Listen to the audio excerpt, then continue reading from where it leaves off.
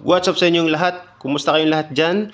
Usapang lisensya muna tayo ngayon kasi ang dami na ngayong lumalabas sa Facebook na nag-o-offer ng mabilisang lisensya. Magkakaroon ka daw ng lisensya sa halagang ganito, 6,000. Katulad niya, 6,000.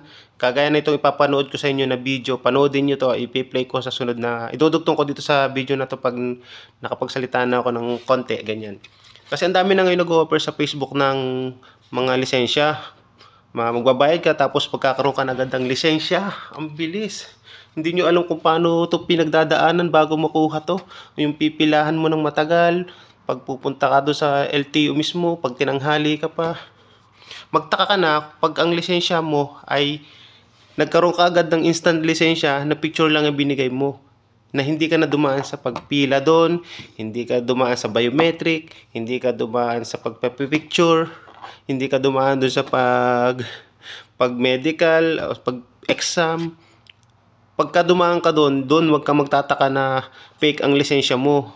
Doon ka makakasigurado na sa sarili mo na original yung hawak mong lisensya kasi dumaan ka sa lahat ng proseso ng pagkuha ng lisensya. Na pagtatsagaan mo talaga sa oras kasi napaka daming tao na kumukuha ng lisensya. Pagka ang lisensya mo ay galing sa Facebook at doon sa mga nag-o-offer na 6,000 lang, kagaya nitong ipi-play ko na video, panoodin nyo para malaman nyo na ganito ang mangyayari sa inyo kapag nahuli kayo ng mga manghuhuli sa daan, lalo ng LTO na alam nila yung original at hindi. Yan ha. Ito ipi-play natin itong video na to, panoodin nyo. Okay? Pina-online ko lang yan, sir. Maraan. Wala, bakit sir? Bakit o? Bakit po? Anong proseso na ginawa mo? Ano ba ba? Anong proseso na ginawa mo sa pagkuha ng lisensya? Sir, ano po? Online po yun sa kanya. Online po.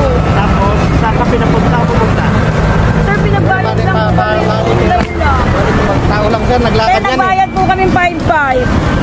Tao lang naglakad yan, sir. Hindi naman kami.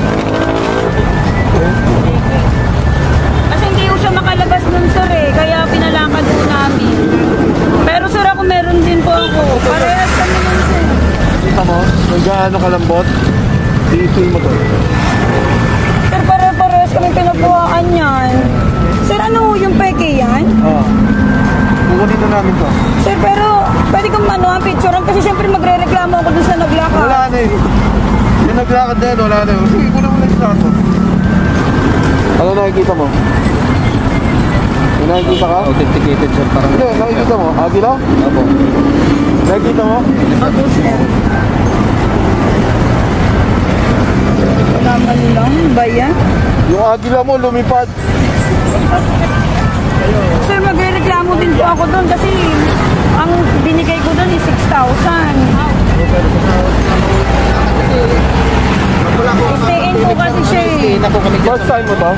Sir? First time mo? Opo, sir. So wala kang record sa LTO?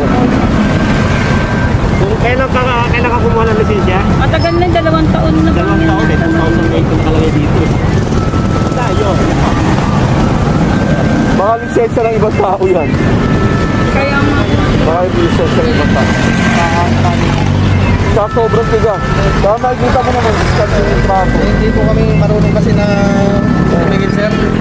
Sir, di ba ang LTO lang nagbibigay ng tamang lisensya? Oh, napanoodin nyo? O, di ba? Online pa more. Ayan o, yung mga easy lisensya.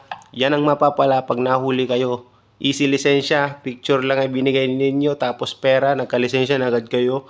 Good luck sa inyo. Kung ako sa inyo, magtiyaga na kayong pumila sa lahat ng proseso ng pagkuha ng lisensya para makasigurado kayo sa sarili nyo na legit ang hawak ninyong lisensya. Yun lang. Okay?